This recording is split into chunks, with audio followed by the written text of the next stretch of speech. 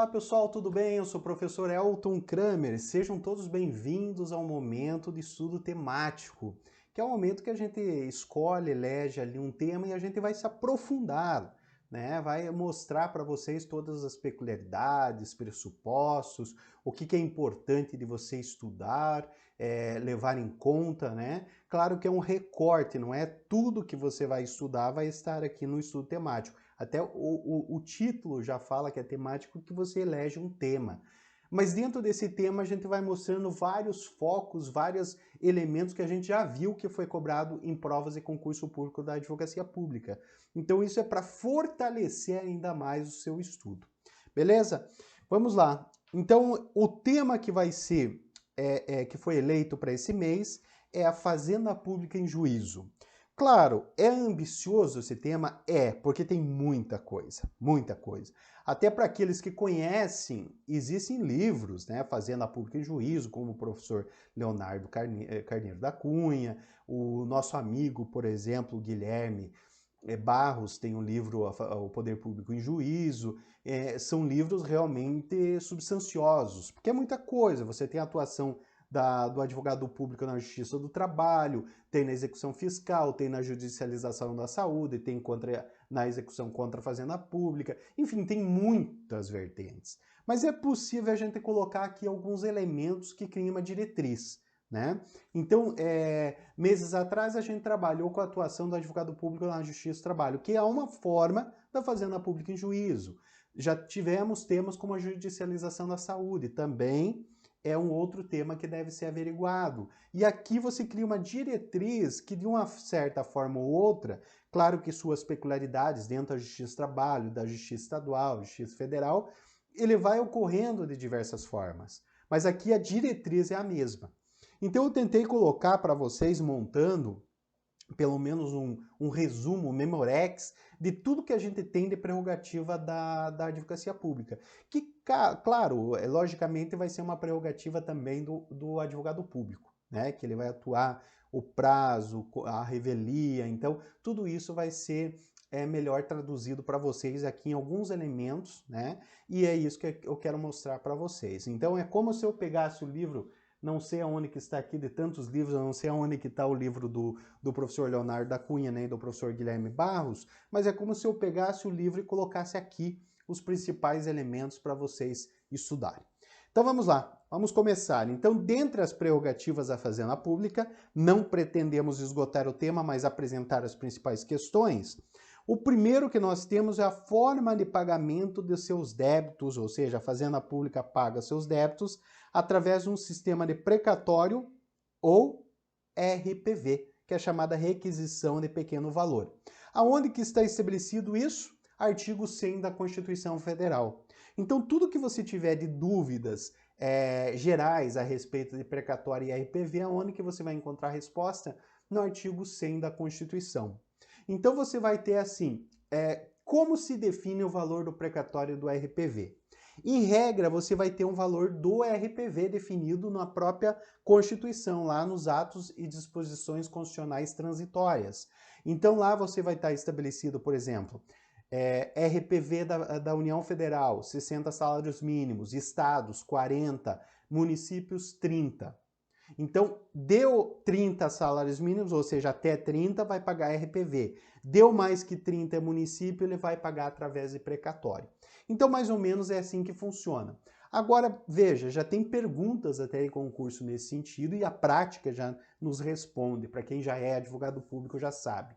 Por exemplo, professor, é possível um município, um estado estabelecer um outro valor de RPV para mais ou para menos? É possível porque o próprio dispositivo constitucional diz que, salvo lei específica, né? Então, a lei específica pode, inclusive aqui no estado do Paraná, a RPV hoje gira em torno de 17 ou 18 mil reais. Até esse valor paga RPV, acima vai pagar precatório. A lei que estabeleceu isso, uma lei estadual. Então é possível. Então RPV e precatório, então, tem a base constitucional artigo 100 e é regulamentado por uma lei estadual quanto ao valor da RPV, ok? Outra prerrogativa que vocês também não podem esquecer: não aplicação dos efeitos materiais da revelia. E isso a gente parte da disposição do artigo 345 do CPC. Né? O que diz esse artigo 345? Que diante de uma não apresentação de contestação ou não impugnação específica dos argumentos do autor, não vai ser gerados os efeitos materiais da revelia. Por que eu não posso dizer os efeitos gerais? Que aí você tem os efeitos formais também. Por quê? Porque o efeito formal é, por exemplo, você não ser obrigado mais a ser intimado durante o processo. Os efeitos formais vão ser aplicados contra a fazenda pública. Só que o principal, né, o que gera realmente prejuízo para o réu, são os efeitos materiais, que é, por exemplo, a presunção ficta dos argumentos. Né? Então, esse efeito que seria mais prejudicial para o interesse público nesse caso concreto. Então, na justiça comum, não se aplica os efeitos materiais da revelia. Isso está lá no próprio dispositivo do CPC, que diz quando os direitos são indisponíveis, não se aplica esses efeitos materiais, e também com base na jurisprudência do STJ. A gente já tem isso há algum bom tempo, né, sendo aplicado, e aqui eu trago para vocês, ó, não se aplica à fazenda pública o efeito material da revelia, nem é admissível quanto aos fatos que lhe dizem respeito a confissão, pois os bens e direitos são considerados indisponíveis. Então, em regra, pessoal, nós não temos essa aplicação. Embora algumas decisões do próprio STJ caminhavam em outros sentidos, mas a regra geral, ou seja, o posicionamento predominante, é da não aplicação dos efeitos materiais de revelia à fazenda pública. É diferente, por exemplo, da Justiça do Trabalho. A Justiça do Trabalho, por exemplo, se você não tem um preposto da Fazenda Pública na audiência de conciliação, você já tem a configuração da revelia, né? E lá se aplica os efeitos materiais da revelia. Então, Justiça do Trabalho é outro mundo à parte. Aqui na Justiça Comum não se aplica, ok? Outra questão, prazos diferenciados para recorrer e contestar. Isso está lá no capítulo da Advocacia Pública, no artigo 183 do CPC. Então, se vocês forem verificar lá no artigo 183, vocês vão notar que antes, no CPC de 73, a Fazenda Pública tinha o prazo em quádruplo para contestar e em dobro para recorrer.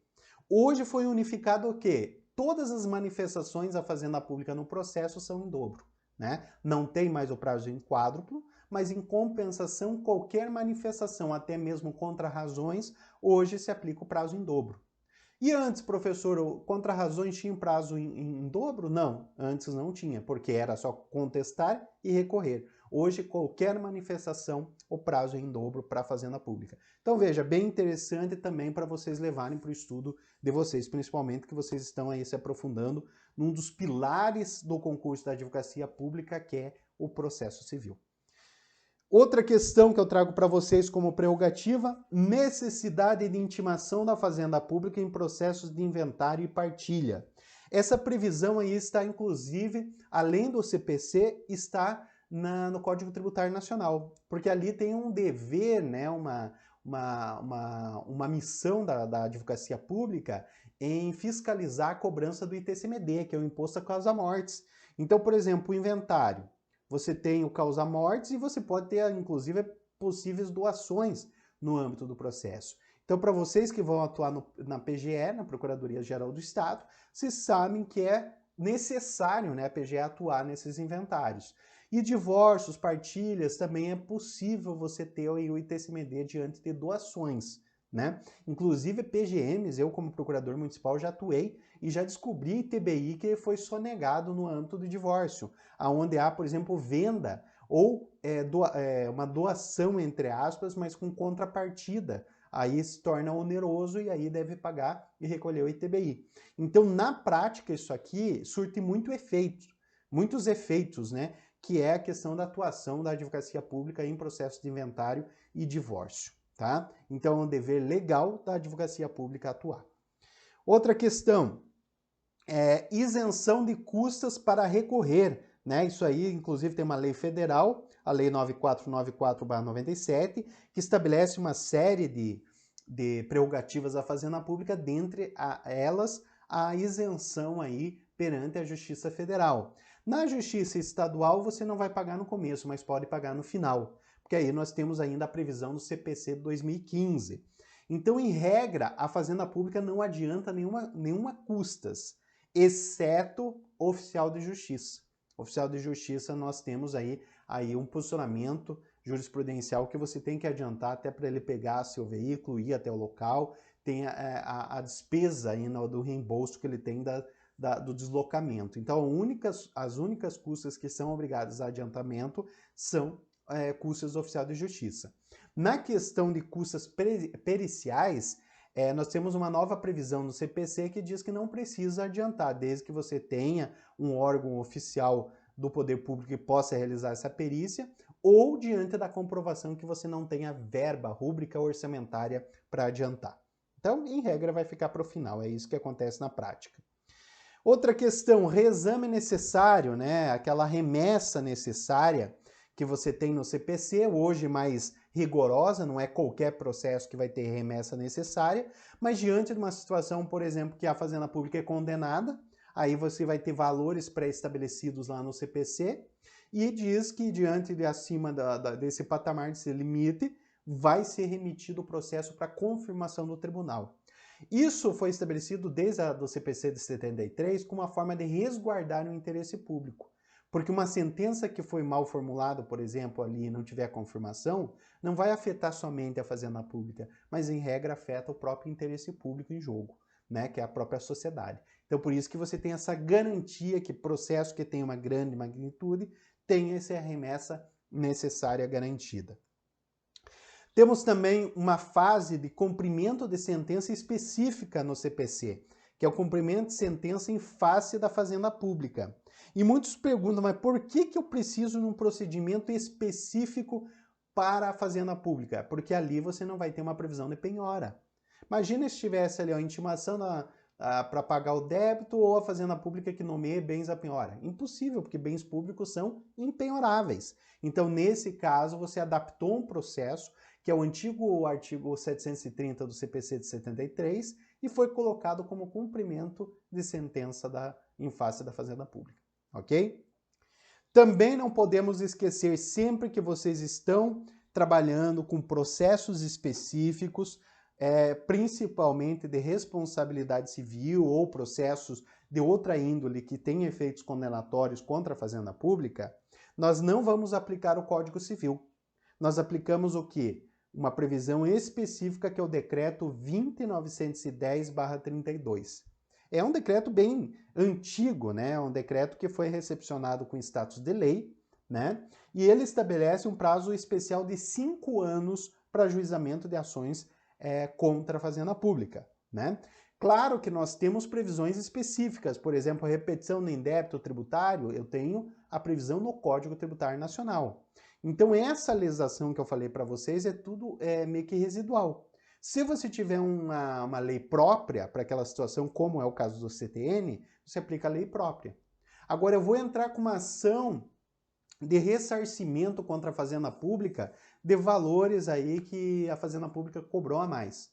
Não é ambiental, não é tributário, é cível, né? Uma natureza cível. Você vai aplicar o decreto 20.910, você não aplica o Código Civil, né? Porque é uma legislação específica contra a Fazenda Pública, tá? Então, prazo de 5 anos estabelecidos pelo decreto 20.910. Muito interessante para vocês anotarem no seu estudo.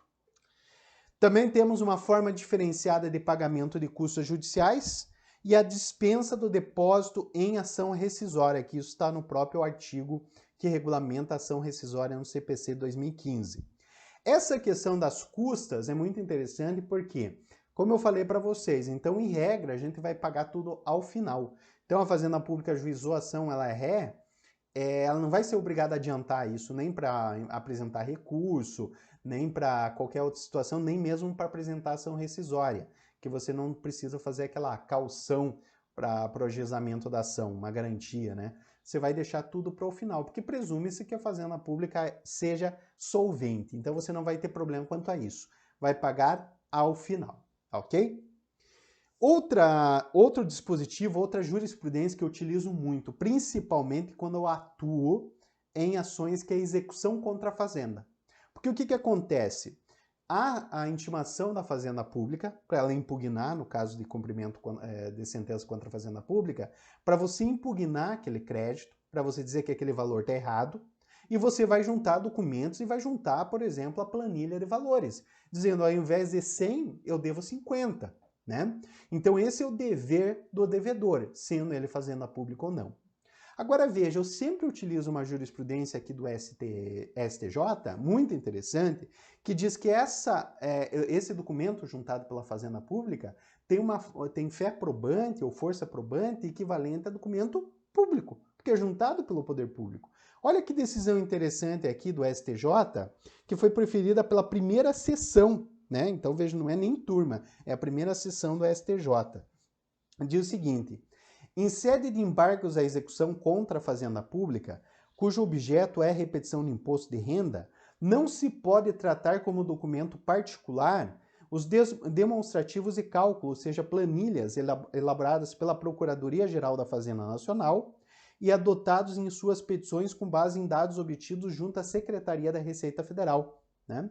Por se tratarem de verdadeiros atos administrativos enunciativos que por isso gozam do atributo de presunção de legitimidade. Claro que aqui nós temos uma previsão a respeito de documentos da Procuradoria da Fazenda Nacional, que ali você vai pegar dados da Receita Federal que estão sob sigilo, né? E esses documentos são equivalentes a documentos públicos. Só que eu utilizo essa decisão para trazer a mesma força probante para documentos fornecidos pela Procuradoria do Estado e antes pela Procuradoria Municipal. Porque você vai pegar no mesmo órgão, por exemplo, Receita Estadual ou Secretaria de Finanças, vai formar aquele teu documento e vai informar o juízo. E ali você vai dizer, esse documento aqui é um documento público, né? Se o juízo desrespeitar, você pode até buscar a aplicação do entendimento do STJ que eu acabei de passar. Então é muito útil, como advogado público eu utilizo muito, e é algo que vocês podem utilizar, inclusive, aí em provas de concurso público, dissertativa, questões, ou até na peça judicial, caso seja necessário, ok? Então fica a dica de estudos para vocês.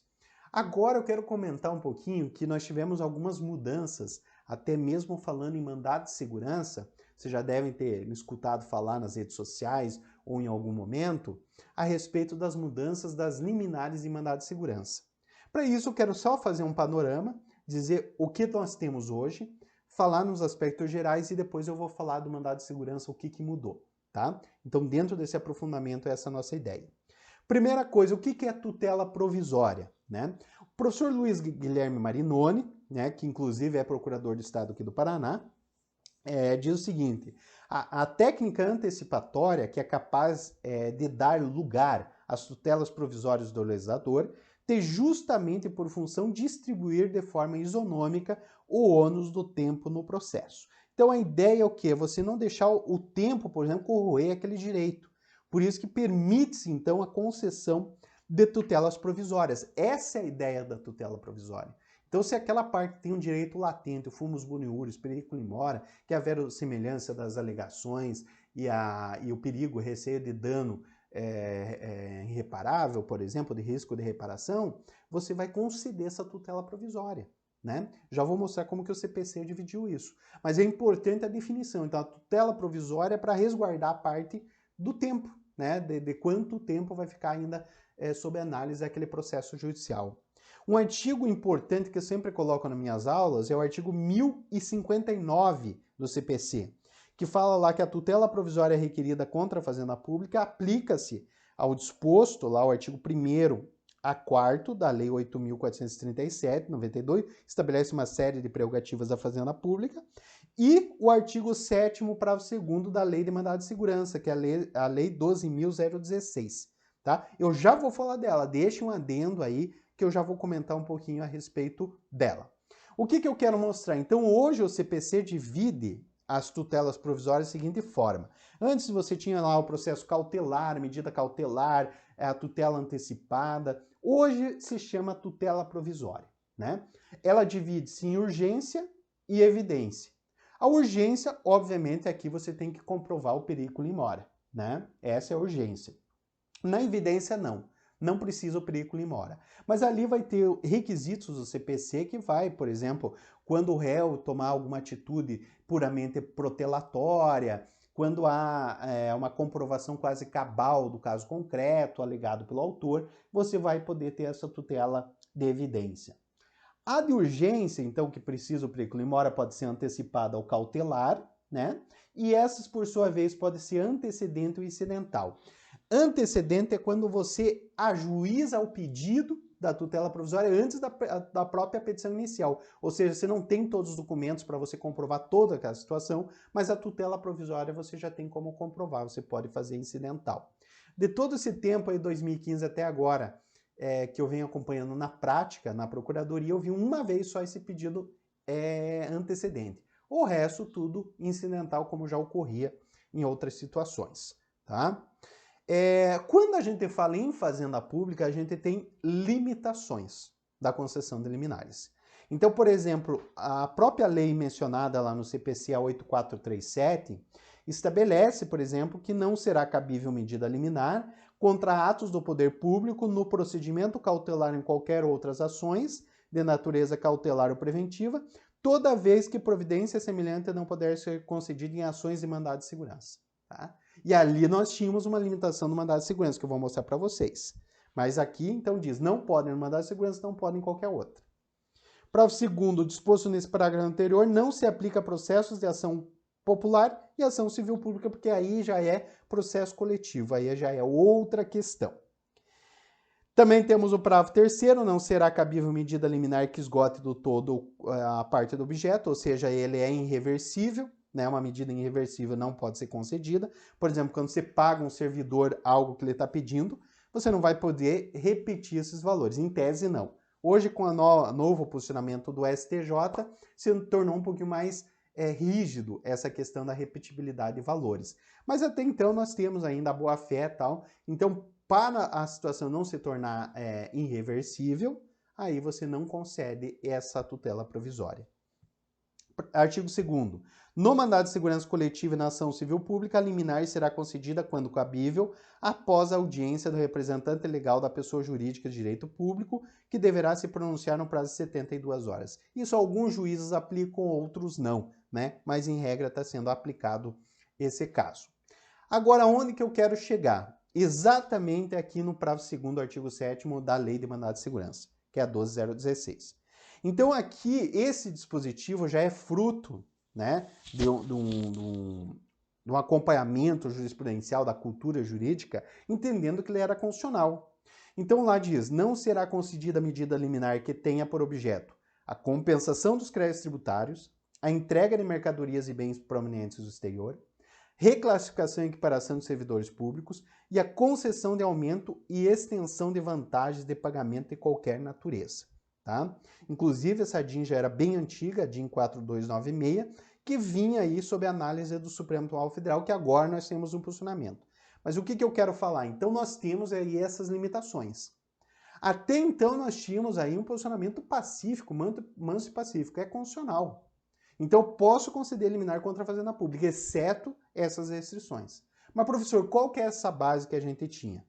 Inclusive, o próprio Supremo, né, já há algum tempo, nós tínhamos essa decisão com base na DC, na Ação Declaratória de Constitucionalidade número 4, na época relatada pelo ministro Sidney Sanches, que diz lá, ó, é possível os tribunais antecipar os efeitos da tutela jurisdicional em face do poder público, desde que o provimento de antecipação não incida em qualquer das situações de pré-exclusão referidos, que na época estava no artigo 1º da Lei 9494, e agora estava na Lei de Mandado de Segurança.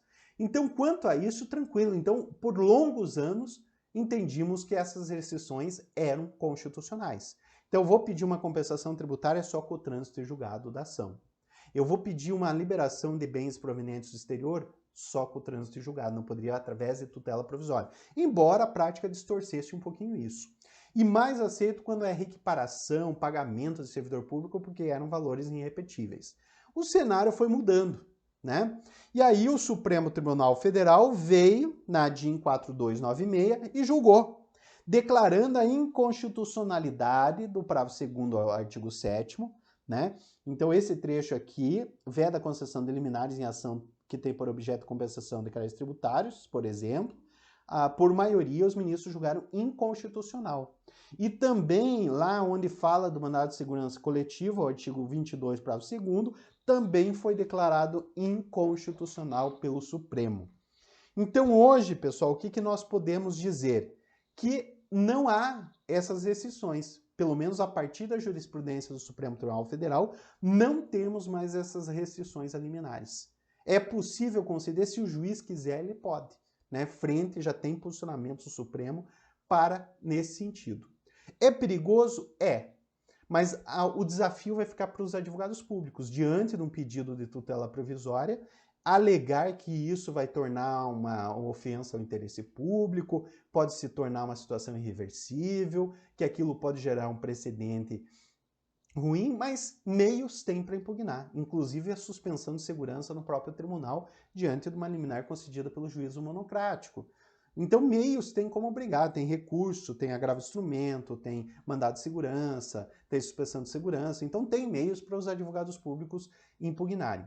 O desafio vai ser maior, mas com certeza essa prerrogativa aí da Fazenda Pública, então, não existe mais, tá? Que é a prerrogativa, por exemplo, de basear somente na restrição da liminar da tutela provisória. Ok, pessoal? Basicamente seria isso que eu queria passar para vocês. Espero ter acrescentado aí no seu estudo envolvendo a Fazenda Pública em Juízo. E mês que vem a gente vem com mais um tema aí para a gente se aprofundar bem, para vocês aproveitarem para o concurso público. Bons estudos e até a próxima!